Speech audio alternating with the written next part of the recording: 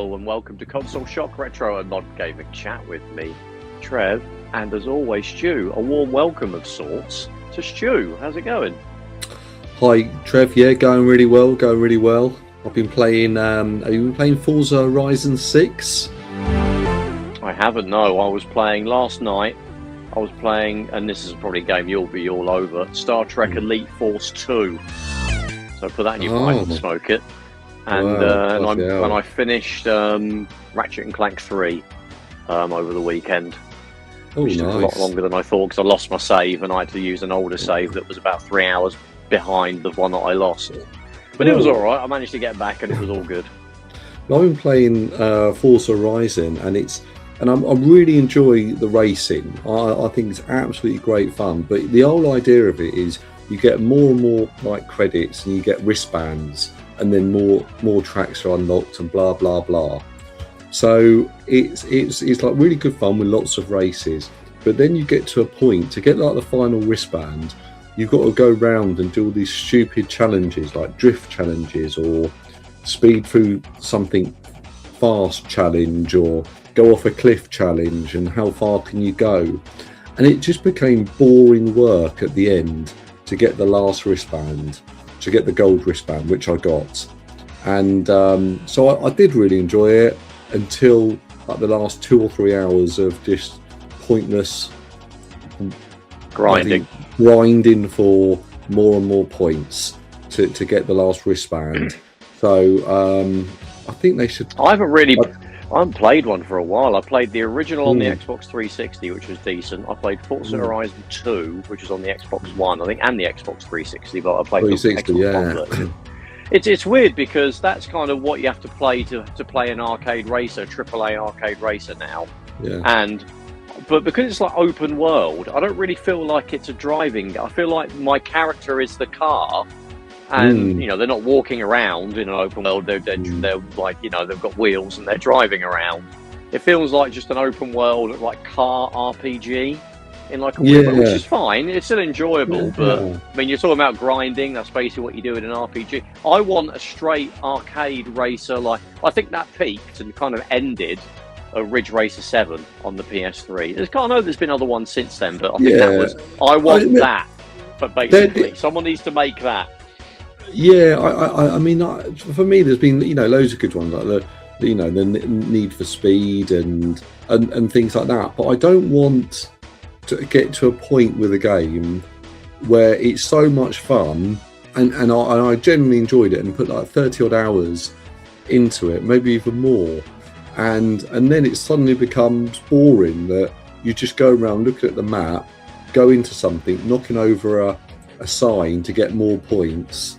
And it's just I just want to do races. I just want to do races and get. You don't want to watch a cutscene of like people taking down with the kids and like Well, not only that was an awesome race, dude. Next time, try to beat your time though.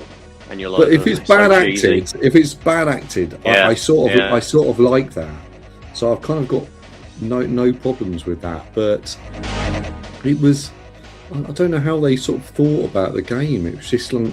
Imagine playing like Halo and you get all the way through, you've really enjoyed it, and then at the end you've just got to search the map for skulls, and then once you cut to 100 skulls you can then go and you've completed it. So you've done all the fun bit, but to actually finish it you've just got to, I don't know, do boring shit, and people might like that. And it was good when that stuff came in, like the open world stuff, like Test Drive Unlimited. I think is a very early example of that, where your character was like a car. You were permanently a car, but you had a giant map that you had to go to do your next race. It wasn't like just selecting the race in a menu. You had to drive to it, and then maybe when you were driving to it, there was like, hey, how about you try this thing as well? And and that'd be fun. But I find them a bit. I probably will play it. Trouble is, I never really go on a big sale for Forza games. I tend to always stick around. They do what they do. What they do is, I brought Forza Horizon 4 because you can't buy 4 anymore because because the car licenses are taken off.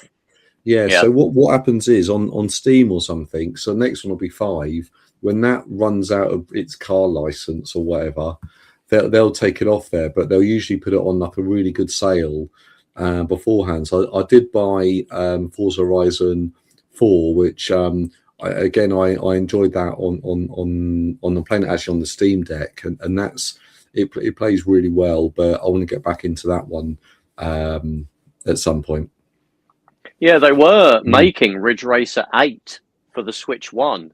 If you go on YouTube, I might have sent you this video a while ago, but there was actually a beta of it. They got as far as like a sort of late alpha version of the game, which actually had the tracks, and it was it was basically a kind of a port of Ridge Racer 7 from the PS3. But I think they did add more stuff in, but it just got cancelled for some reason, which is annoying because that would have been ideal. And Did you not like that? Was it the Ridge Racer Unbounded? Is it Unbounded? Yeah, it's not. It's good. Ridge Racer Unbounded. Yeah, it's but it's not much like Ridge Racer. It's made by a completely different team, isn't it?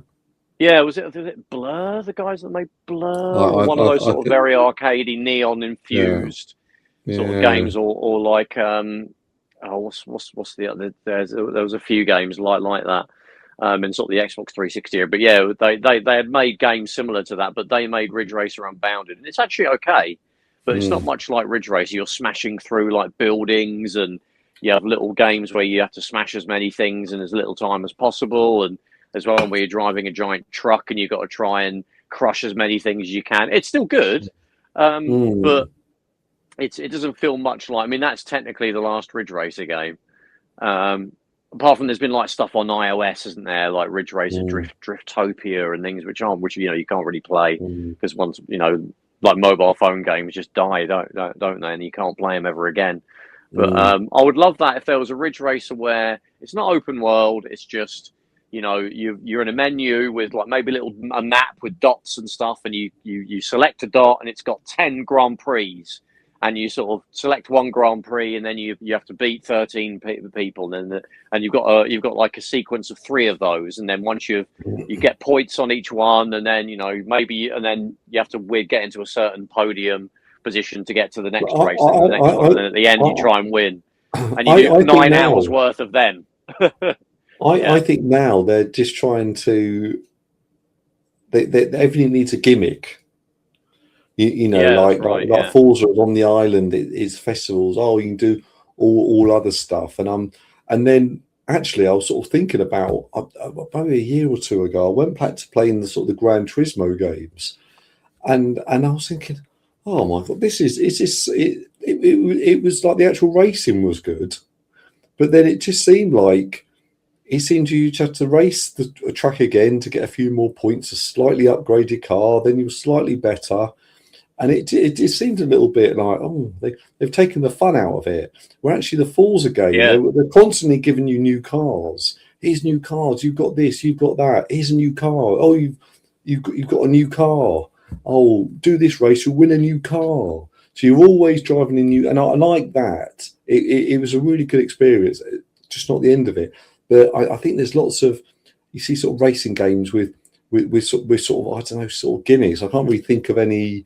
Sort of other ones, any sort of newer racing games, like maybe the Wreckfest games. I've enjoyed those recently. That's it. They made Wreckfest, Ridge Racer Unbounded. Oh, and Flat Out. Flat Out, yes.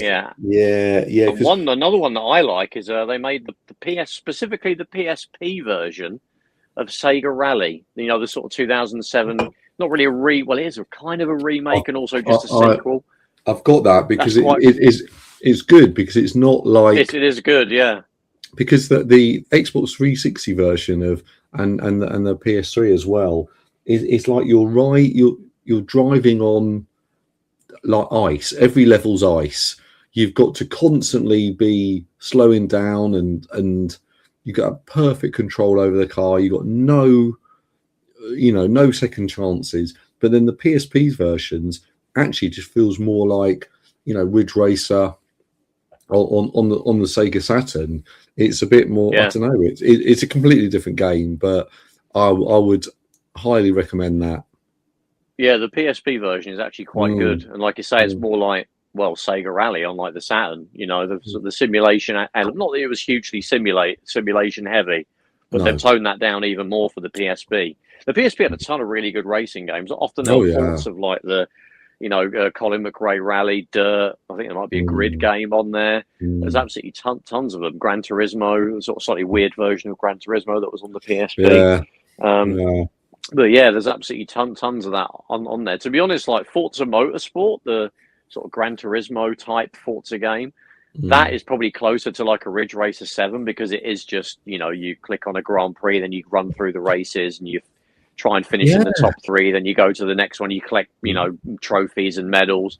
You don't drive an open world to get to the next one. No. But yeah, if someone could, if Namco could just bloody make Ridge Racer 8, that would be great. Maybe they will. Well, they almost did. Like I said, anybody listening and you're interested, Yeah. it's on YouTube. Someone leaked the Switch sort of alpha build. It's janky, but it looked pretty good, even in the alpha build. Check out Ridge Racer 8. Just a shame they didn't finish it off. But anyway, one topic we've been looking to cover because we're in this odd period at the moment where, there's potentially, well, not potentially, there is new consoles coming out. There's been price rises in other consoles. We've got the Switch is going to be jumping up in price soon, the Switch 2. Nice of Nintendo to warn us beforehand, by the way, so at least there's that, Yeah, but that's still good. it's not great. Yeah. PS5 and Xbox have had price increases. Now we've got like the next gen's going to be potentially next year starting. We're talking about how these things will be pushing £1,000. We're not talking about pro versions of these. We're just talking about the whatever they chuck out. I'm not sure a pro version will be viable past this. In this next gen that's coming up. Not sure if it was even viable in this one, to be honest, with the price of a PS5 Pro. But I think it makes for an interesting discussion because it seemed when consoles were at the level they were up until the sort of rampocalypse and everything else that's causing, some of which might be true or fictional, whether the wars have really caused like console prices to go up. And the rampocalypse definitely has had a big impact. I think it's all to do with AI, isn't it? AI and the demand for chips and things. So, unfortunately, exactly. gamers, we think you think it's a big market compared to the AI market, and with the AI market, it's ultimately, there's huge data centers that are just buying up all the silicon in the world, and exactly, yeah. They're not thinking about they can sell chips for thousands when we're trying to get RAM modules for £100 and now they cost 200. Well, yeah, and they also like pay for higher priority. Obviously these chip fabrication places have a limited capacity. I mean, a lot of people are saying, well, they just build another factory. Well, it's like they don't know what the market's going to be like. It might just be a bubble where they've just got to try and fulfill demand for now, and then it will just burst, and then it'll be back to normal. And if that's the case, then they built a giant, huge manufacturing plant, and then the demand falls off a cliff. They've got a useless manufacturing plant that they spent billions of pounds on. So they're not going to, unless this persists for like 5, 10 plus years, it might. Then you can kind of justify that sort of expenditure to increase capacity. I listened to a podcast and they were saying there's like one company in the Netherlands which makes the machines that cost millions and millions of pounds. Yeah, and those machines are. I think most, like 90% of the chips in the world are made in Taiwan by various companies there. So to actually the process of setting up a new factory is not okay. Let's start a new line. Let's employ 200 more people. Right, we'll do interviews tomorrow. It's a huge process of going. Okay, we need to increase our capacity by 50, 100%. That's like a good few year process rather than we'll just turn on the new line and we'll work through the night, guys. They're already doing that. So it's exactly. They're not making sandwiches for Marks and Spencers. Yeah, they can't roll the dice on making a bunch of new manufacturing plants to satisfy the demand because that might bite them in the bum if the demand falls off. So I can understand why this has been a prolonged thing. That might change if it does become a big long-term thing. but it's too early to say. Even it feels like we're a few years down the line. But yeah, like consoles felt like at the prices they were, fairly reasonably priced. Sometimes a bit expensive at the start, but then they would drop down to like fairly cheap. Where the majority of people really buy them, really when they sort of hit that second, third, fourth price drop is where the majority of the sales are. Versus the early adopters and the hardcore fans that go to the midnight openings that are happy just to pay £600, sure, for a PS3, that's fine. Those sort of prices led to really kind of a volume of people that bought a console. I guess if you combine the sort of Nintendo and Microsoft and Sony, which has been the sort of the world of gaming really since sort of 2001, if we count when Microsoft kind of stepped in and Sega stepped out, you're looking at a maximum of about 300 million people at that point. We look at like probably, I would say that sort of 7th gen might have been when it peaked, perhaps, because you had the 6th gen where you had PS2, Dreamcast, Xbox, and GameCube. The PS2 just blew everyone away and sold 160 mil units. And the Dreamcast, you can add another 10 mil on top of that, so 170. Xbox, another 20-ish mil, so 190. And then GameCube, another 20 on top of that. So 220, 230 mil was the height it got then. Then you add the generation after that, which was the Xbox 360, Wii, PS3. PS3 and Xbox 360 about 80 million each, so 160. And then Wii on top of that, 100 mil. So 260. That's probably about as good as it ever got. 260 million units of every possible console that people wanted to buy. And now, it may have got to around that sort of 6th, 7th gen level if those prices did follow that pattern of, back in the day, where, maybe the PS5 now should be more like £250, £300 for the base model. But it's obviously gone up. That's what it was, because I remember Richard Ledbetter from Digital Foundry. He sort of made a sort of, ages ago, and I thought, that sounds like a really good deal. But the Xbox Series S, the cheaper one, now that I think that is £399. Forgive me if I'm wrong there. But at one point, that was 250 quid new. Yeah, it was a good deal. And then you went on any, Facebook Marketplace, you got it for like 180, 150. So you got the latest generation, not the best model, the latest generation of Xbox consoles for 150, £200 second hand. And that sort of, there are so many people with the Series S because it's a more cost-effective machine, and I think that was the potentially sort of the right route for consoles to be. But now they've all jumped up in price a huge amount, and we talked about this before and going, well, I don't want to be a charity case. I don't want them to go, oh, it's got to be, for us to make, we have to sell them for a certain price, and just discount them just because it should be a certain price, and we understand why it's happened, why the price has gone up, and what are the solutions? What would so I think in that there was that famous memo that went round was from Asha Sharma from Xbox, and she was sort of talking about, okay, well, the next generation of Xbox, well, it's probably going to cost a lot. And, I don't know what a lot is. We can guess. And there might have to be other methods of paying for these consoles. So, and some people were sort of thinking, well, would that be advertising? So you go on there and, on the front page will be loads of adverts, and or would it be actually, you'll buy it for £100, and then every month you would pay 50 quid to pay off the console and get Game Pass membership or something like that. So then they would still get the same money, but over a longer period of time, and that's almost more palatable to people, because they go, well, actually, yeah, I can afford this now, or you know, I don't know. What do you think about those sort of two options there, Trev?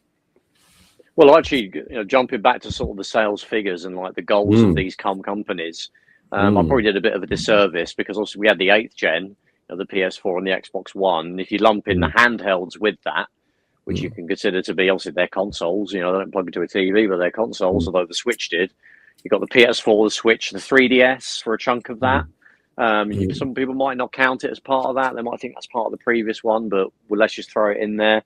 And you had the Xbox One, which kind of didn't do brilliant, but kind of held its own fairly well. Then there was the Wii U. If you add all those together, you're looking at about 400 million.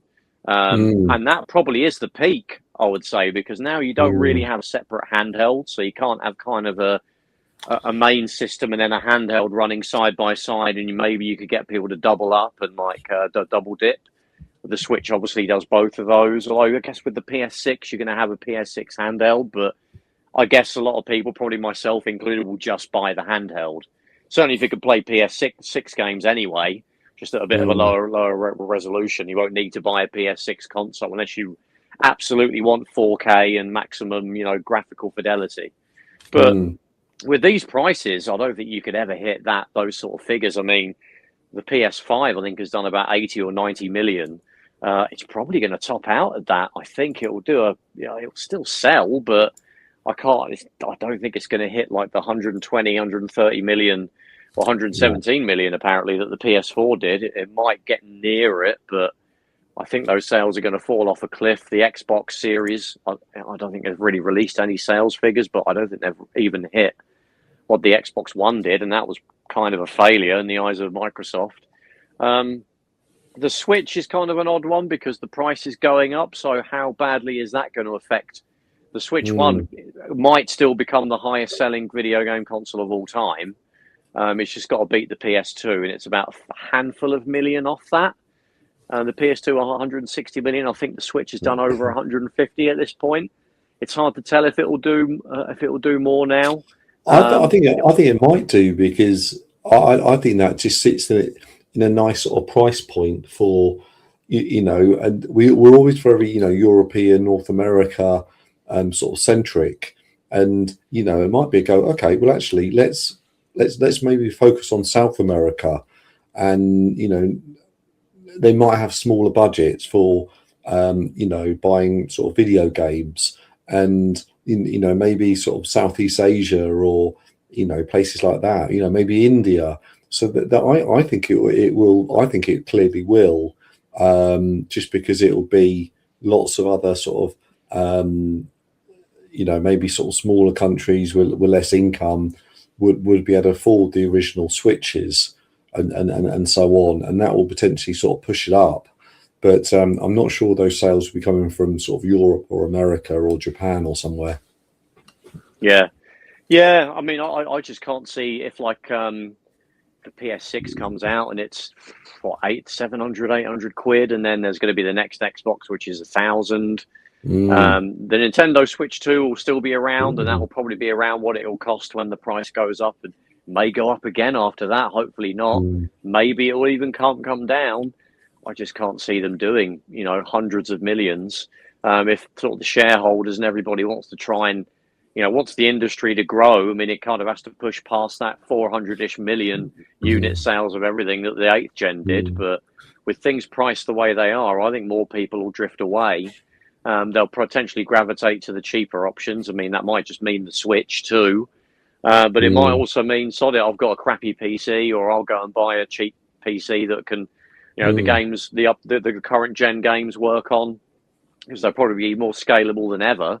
Those games, they won't just cater to the biggest and brightest graphics card and PS6 level of fidelity, because they want to be able to sell them to more people, because less people are buying those signature kind of headline consoles.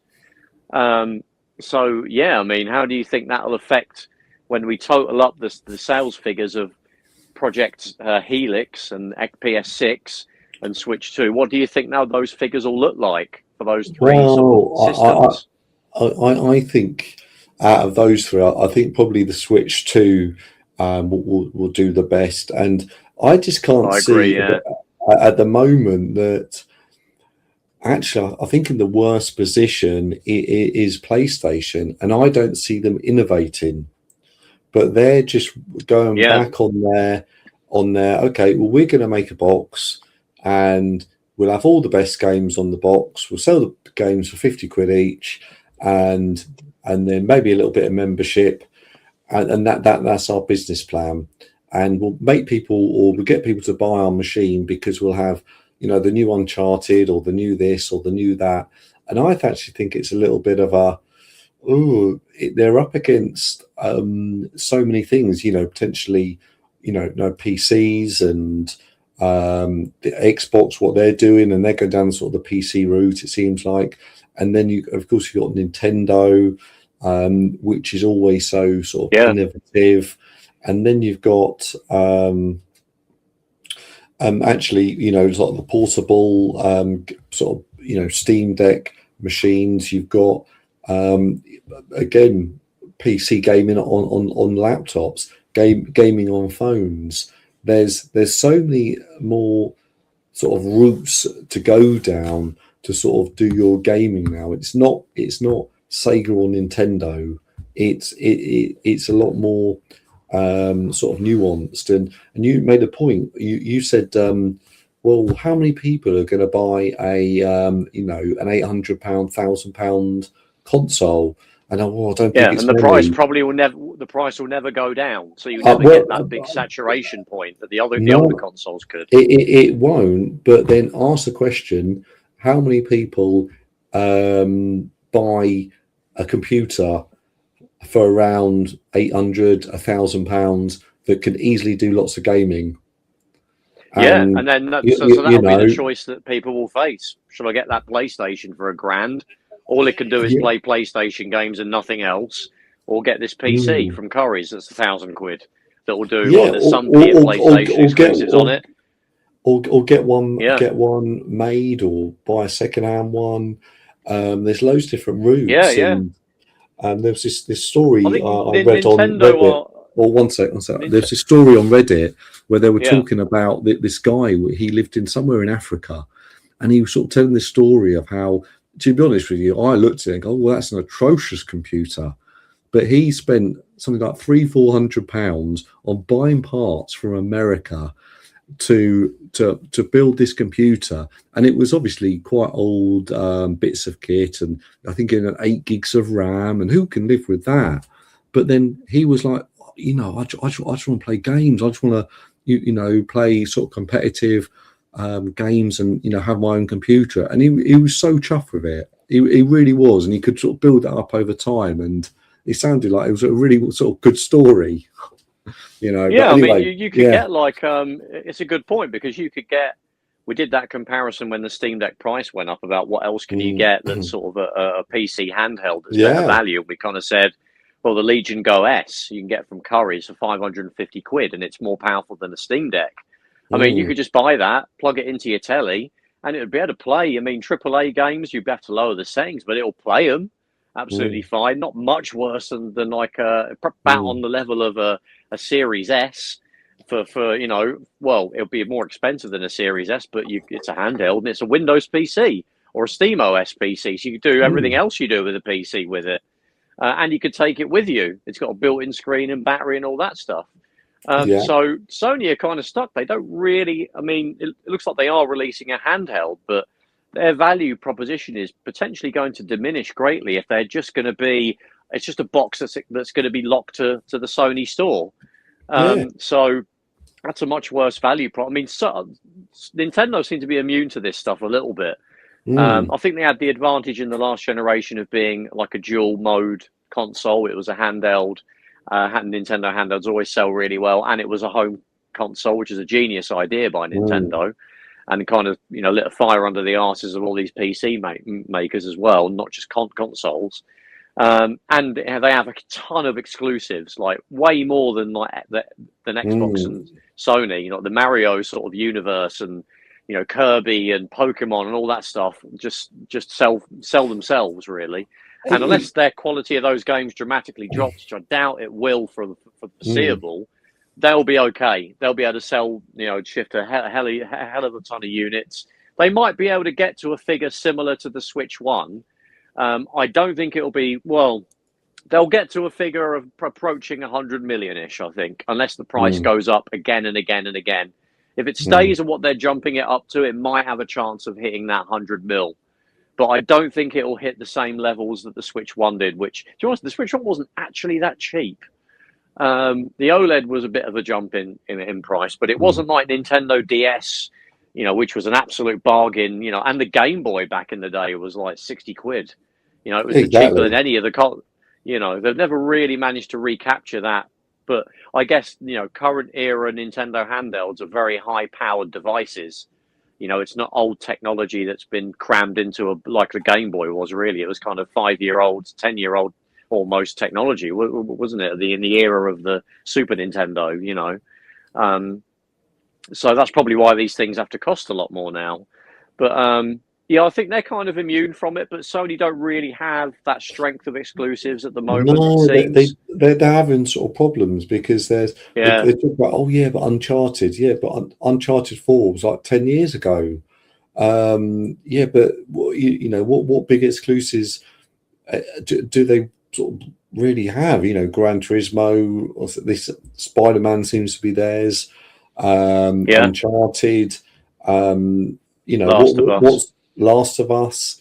But what recently? Like, I think on PlayStation, a lot of those 5, series are kind of done. Really, they're kind of done. At best, we've got already had the remasters for them. I don't know if they can milk those again for a PS6 version, maybe.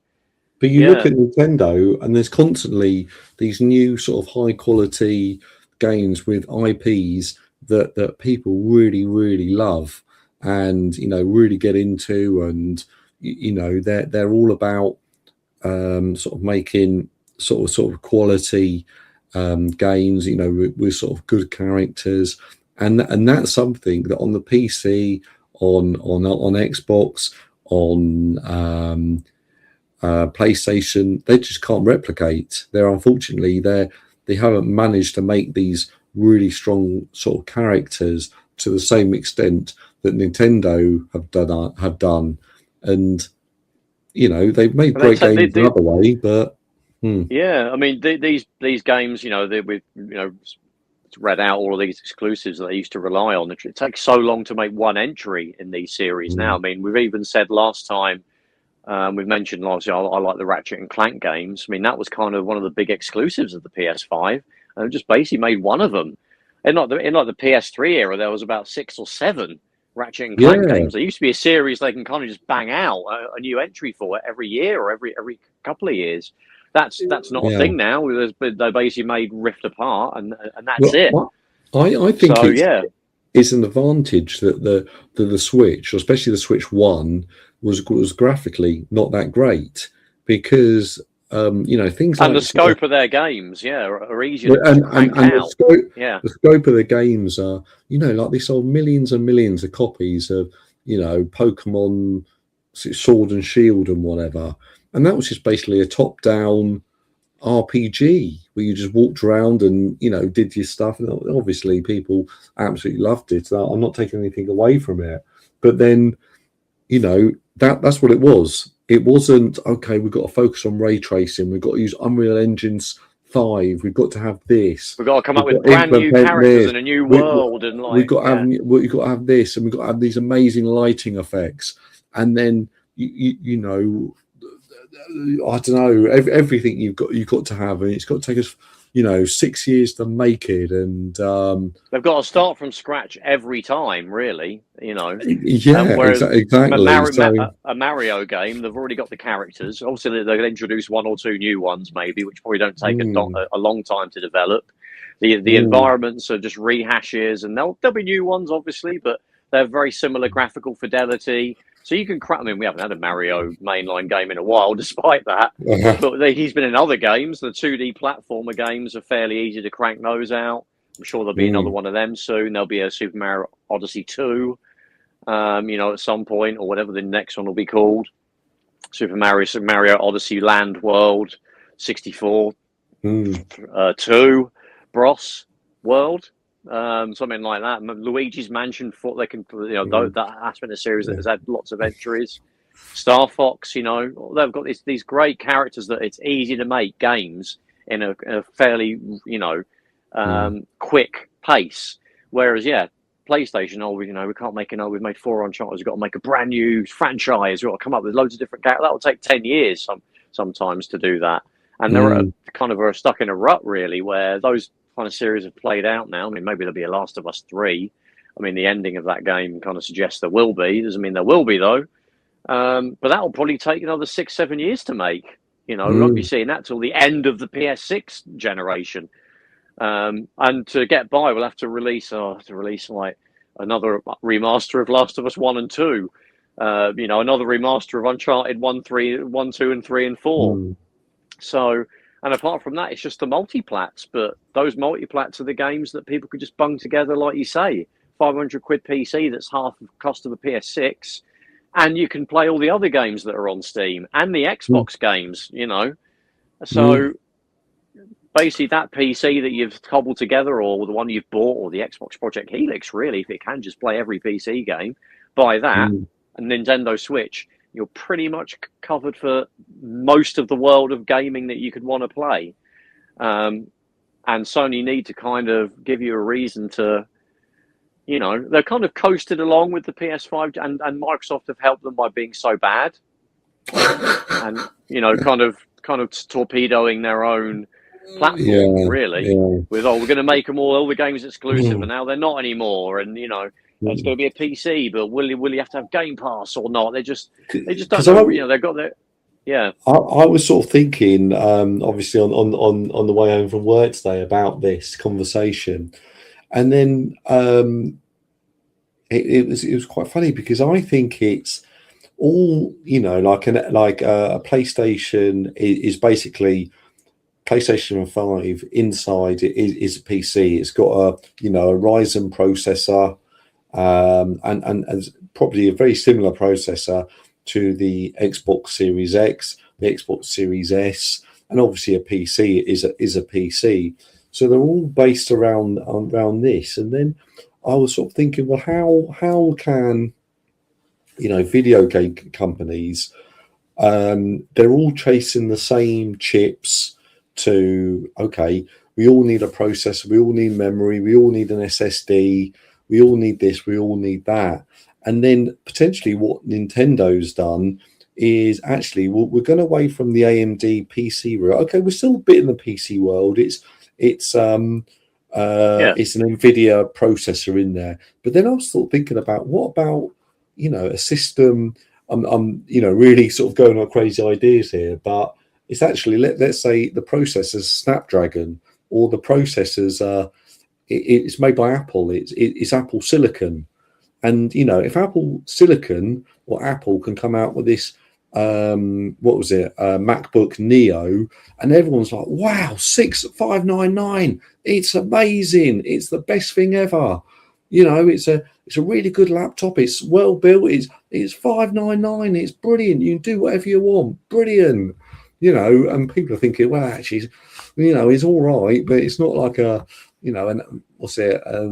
M5 laptop or something. Yeah. Then what if they sort of go, okay, well, let's go down this Apple sort of silicon ARM kind of route and go, because this is what they used to do in the old days, where the PlayStation came out and its processor was designed by Sony with the help of someone else, and you looked at the chips, they're all made by different companies on the inside. It wasn't just like, well, we need to get a Ryzen processor there, we need to get an SSD here, and actually sort of make sort of the consoles, a console, go, actually, we could do this. We could do the whole console on a chip for, £200, and it'd be pretty good. And that's the route they're sort of going with, these Snapdragon laptops, ARM. There's going to be Windows, more ARM processors coming out.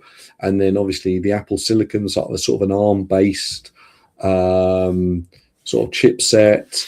So it's kind of like, you get amazing processors within a phone, and a phone might be £400, £500, and that's got a screen on it and all the other bits and bobs. So somehow got that kind of technology into a console, and go, okay, it might not have compatibility with lots of backwards compatible software, but if it was the right price, I think it would do really well. Yeah, I could see that happening in kind of the handheld world, because those Yeah, Snapdragon definitely. processors and those ARM chips, they can really, like, they can sort of provide the performance of these super powerful Intel chips, but on a fraction of the electricity, really, and the TDP, and you've got translation layers that allow you to run sort of Intel based or x86, x64 code can run on the that allow those things to be run on ARM processors, and Steam with the Steam frame, that is an ARM based console, really. And that has got a translation layer that allow you to run all the games in your Steam library on it. So I can see if hopefully there will be another Steam Deck, and we might be able to go back to a reasonable price, but I can imagine the next Steam Deck will be ARM based, and by that point the translation layer will be just as good as Proton is right now to get Windows games running in Linux, and all the same games that run your Steam Deck will run on that, but it'll be ARM based, so the battery will be twice as long. It won't need to be cooled as much, so there won't be giant fans buzzing away, and yeah, I can see that happening. It's probably more difficult in the sort of big console world, though, because they've moved away from that. And part of the reason why you could get consoles cheaper, because you get a nice fancy custom build chip from someone, and then they'll be able to do it for you. They'll be able to combine some of the external chips into less chips, and they can make it cheaper and quicker. And they've got more factories knocking them out now, so they could drive the prices down. And then subsequently, a games console goes from £300 to 100 to 200 to 100, till being cheap as chips, silicon chips, right at the end. So that's hard to do now, though. Yeah, it's the Alan Sugar rule of business, where he was famous for people will buy £1,000 great big hi-fi, and then he would thought, hold on, I'll put all these components into one box, and then I'll sell that for £300 or £200, whatever it was. So I'm looking at my PC now, and it's a big motherboard with a processor and a graphics card, and lots of wires coming out of it. And could that be condensed? Could that be? It probably could. And I think you need someone a bit smarter than me to get out there and actually sort of work out how to, if all this silicon costs so much money, well, let's try and get as much out of it as you possibly can. And I'm sure someone who designs chips goes, yes, Stuart, that's what we do. We're trying our hardest with this. And I go, oh, okay, fair enough. I don't know what I'm talking about. But in reality, if you could get more out of it to, get it into, hit that sweet spot of, taking low power, great processing power, it'd be absolutely brilliant for the sort of the handheld market. And then with these advanced translation layers, you would even know that you're not playing on a x86 PC. And isn't NVIDIA doing? They're making processors now, aren't they, as well? They are, yeah. They're all trying to basically. They're like Apple have kind of had has lit a fire under the arses of all these guys, because they've managed to produce these really amazing ARM-based, because that's what the Apple M series is, and it's kind of just an evolution of what they had in their iPads and phones for years. I knew eventually they'll try and get them into their desktops, and that's basically what they've done. And everyone's like, wow, how these Apple laptops, they run quiet, the batteries run all day. They're making our ones look crap. So they've all kind of, that's where you got the Snapdragon and all that stuff, and now NVIDIA have got that. And yeah, I mean, the only thing is they're not great for high performance gaming, which is why the PS6 isn't a Snapdragon, or because the graphics and then the CPU are combined into one chip, but they have to, they can only hit a certain thermal delivery profile, TDP, and that limits how much graphics performance you can get. Whereas a big CPU and GPU and a giant motherboard in a big case that sits under your TV that's got a huge battery, a huge power supply, will just want to swallow up as much as it can to spit out of amazing 4K, 60 frames a second sort of performance. So that's why you're a little bit limited there, and maybe someday you'll be able to get that shrunk down. But at the moment, it's pretty much still the case of you want big performance, you end up with a big unit, and that hasn't really changed ever. To be honest, it's always been that. But yeah, kind of that's part of the factor of why things are expensive. It's difficult to produce these things, and mainly more difficult to get the costs down years down the line versus what it was like years ago, when Nintendo and Sony and Microsoft would get custom silicon made for them that could get cheaper to make years down the line. That isn't happening anymore, and that won't happen for the upcoming systems. But yeah, I mean, I can't really see. I think, like we've already gone through, I think Sony are in trouble unless they have some amazing exclusives up their sleeve. I just don't think the PlayStation is going to be a great value proposition, really. I don't personally think. Well, I would like perhaps the Microsoft, Project Helix could end up being a better value proposition, because if it's a PC as well as a game console, that's a really intriguing kind of proposition. But it depends on how good that experience is. We have no idea. I mean, if it's anything like the Windows Xbox experience, full screen experience at the moment, which is quite clunky, that might not be a great thing to have, in your living room, sat on a sofa with your controller. Steam OS is light years ahead of that.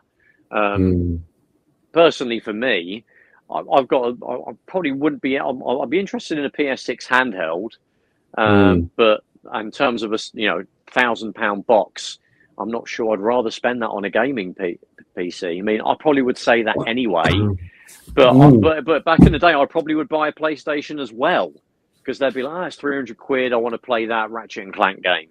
Whereas now that's not really a thing that I'd be happy to part 1,000 quid with.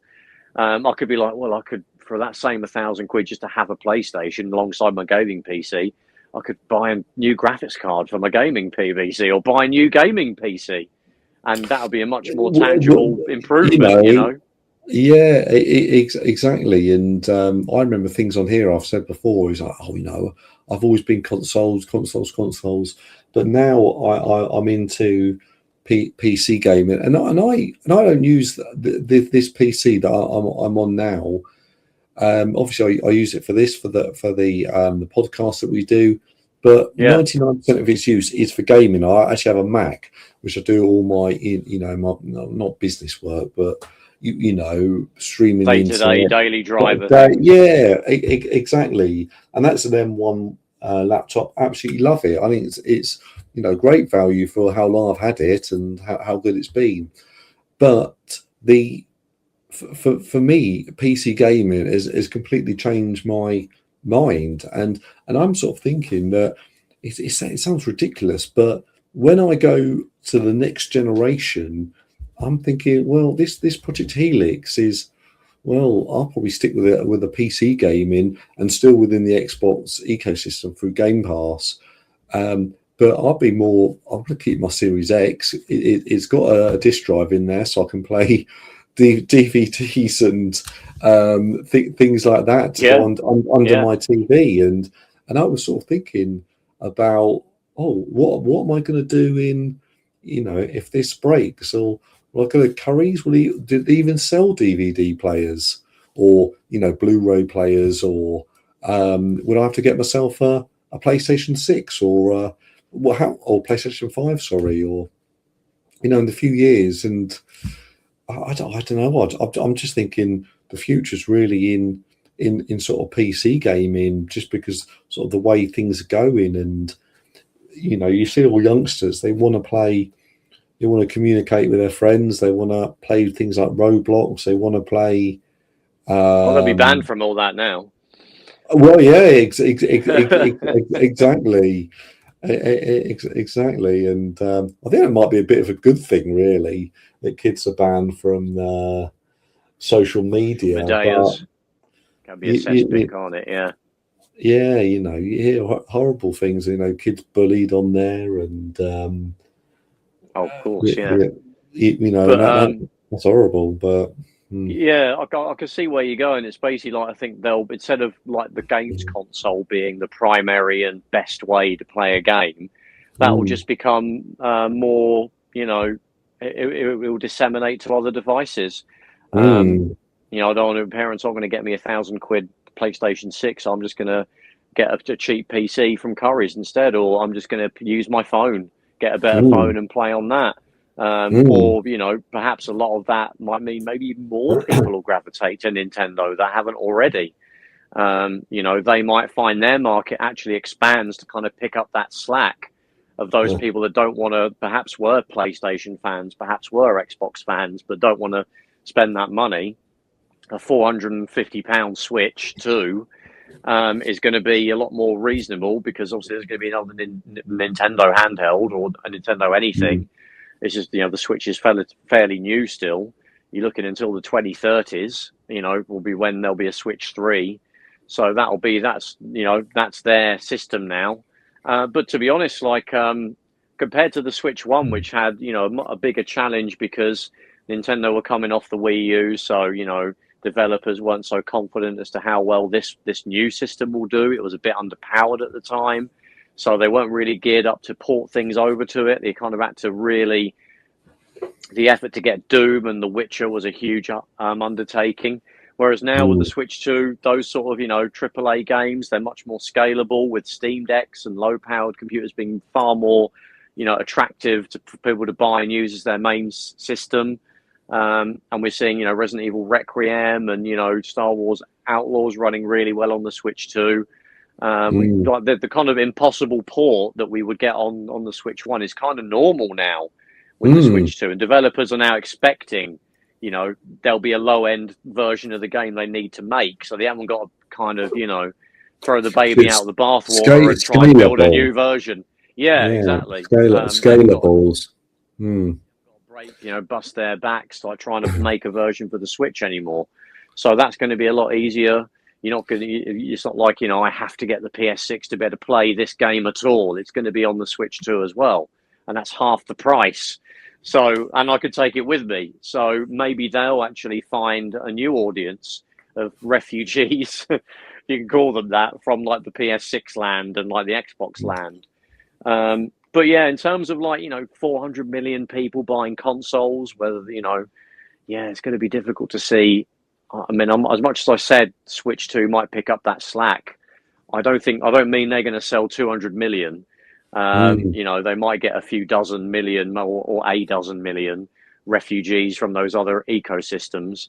But yeah, I mean, the PS6, if it's like 800, 900 pounds, is it going to sell 100 million units? You're looking at maybe a 50 or 60% of that. And then the Xbox, it being a PC and kind of maybe being better value for money than a fairly locked down PS6, it might end up having a kind of golden age if they get their shit together. It's something you need. Everyone, my mum needs a PC, so everyone's going to go out there and go, well, actually, I need a laptop, I need a computer, and so to buy a computer for £500 or to get one that can do gaming for 900 or 800 is that's a little bit, pay £300 more and then we can do gaming on there as well. But I was going to ask you a question. One thing that we haven't really discussed about the future of game consoles is actually, I think we're both completely wrong, and I think the whole future of gaming is on the cloud. Yeah, 100%. 100%. It isn't already. Yeah. xCloud, PSN Cloud, Luna Cloud. It'll be an app on your TV. It'll be an app on your TV. You don't even need the console. I could have, if it actually worked, it'd be good. Yeah, it's definitely trailer destruction, isn't it? Kind of streaming. Yeah.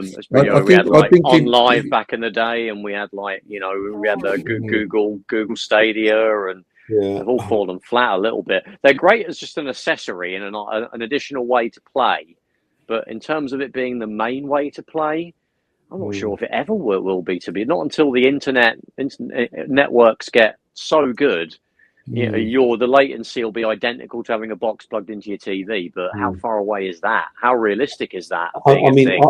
I'd like to try it. On a nice computer, cloud gaming in South Korea, where I'm absolutely next to wherever the internet's stored in South Korea, and then actually seeing how good it possibly could be. And because I've played it before, and I'm like, oh, this doesn't feel nice. Oh, I don't like this, and it just straight away doesn't feel great. And yeah. I mean, I played on live, in 2010, 2011, and I thought that was okay at the time. But that would have been like the laggiest of the laggiest thing that ever lagged then. But that was what where the technology was it that laggy? Was it that laggy? Well, in those days, I wasn't. I didn't have that digital foundry kind of level. I mean, I don't now really, but I wouldn't have been so knowledgeable as to know. Oh, that felt like 3 milliseconds. What the hell? Now I would be a bit more kind of savvy to look out for that. But yeah, and then I never tried Google. So I did try xCloud. And the PlayStation Cloud or PlayStation Now, whatever it's called, and they're okay, but you have to have a good internet signal, and if ideally no one else is on the internet doing anything. So you live with one other person, they're streaming 4K films. You're going to be battling them, and then your latency goes up, and then the whole thing comes crashing down. So. In certain scenarios, and maybe you're at home alone, and it's a game that you haven't got a physical copy of, but it's there in your xCloud library. Then it's fine. But yeah, maybe. I mean, I'm not dismissive of it. I'm not like, oh, it's crap and it's never going to be any good. I don't think so. I think maybe it might take over, and it'll be the only way people play games in 40 or 50 years. We might not be around. We'll be long gone, and as soon as we die, cloud gaming will be the next big thing. Yeah. I mean, what would that even look like? Again, it probably would be an app on whatever TVs look like. Then you won't need a box or anything. You just need your remote control will just fold out into a gaming pad or something for your TV. And then I guess you just go into the store of whoever has the games that you like to play. I don't know, or maybe there'll be a monopoly where it's just Valve have taken over completely, or Sony have, and I hope not. But it's definitely, and for now, it will continue to be a sideshow to just having a box that plugs in, whatever that is, PC or a console. But yeah, I mean, obviously, I think the PC. Going back to PCs, I think they'll get bigger potentially, but the console PCs will get. I mean, PC gaming is always big, and it still is big, and it'll get bigger. But the sort of consoleized PC market, I think, will get bigger and bigger because we've got handhelds that are dedicated consoles, PC consoles, but we don't really have many apart from those videos you see on YouTube where someone's bought some kind of mini PC. A Minis Forum PC and then put Bazite on it, and they've kind of manually had to sort of hack that stuff in. There isn't really many options in terms of pre-built stuff. I mean, the Steam machine kind of going to be the first mainstream one where it's a box that's been pre-configured, that's a PC that's been pre-configured for gaming. You haven't had to go in and install it all, and it does things like, your controller will wake it up and things like that. And at the moment, the only way you can do that is with sort of hacking that stuff into a PC, a general purpose PC. So I'd like to see that grow.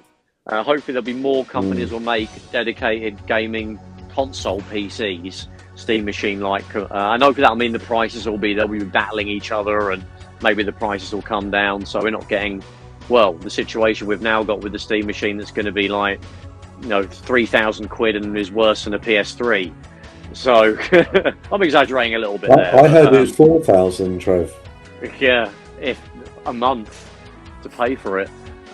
So yeah, obviously we're going to hear about that any minute now, which will be probably a topic of a show that we're going to do when it happens. But I hope that grows as well. We'll get like a ROG Ally, but a ROG Console X or something, and like a Lenovo Legion console that just boot straight into your gaming sort of setup, whether it's SteamOS or whatever horrendous Windows thing that will be on it. So yeah, I think that's pretty much how we think things are going to go. You know, some of it bad, some of it may be good.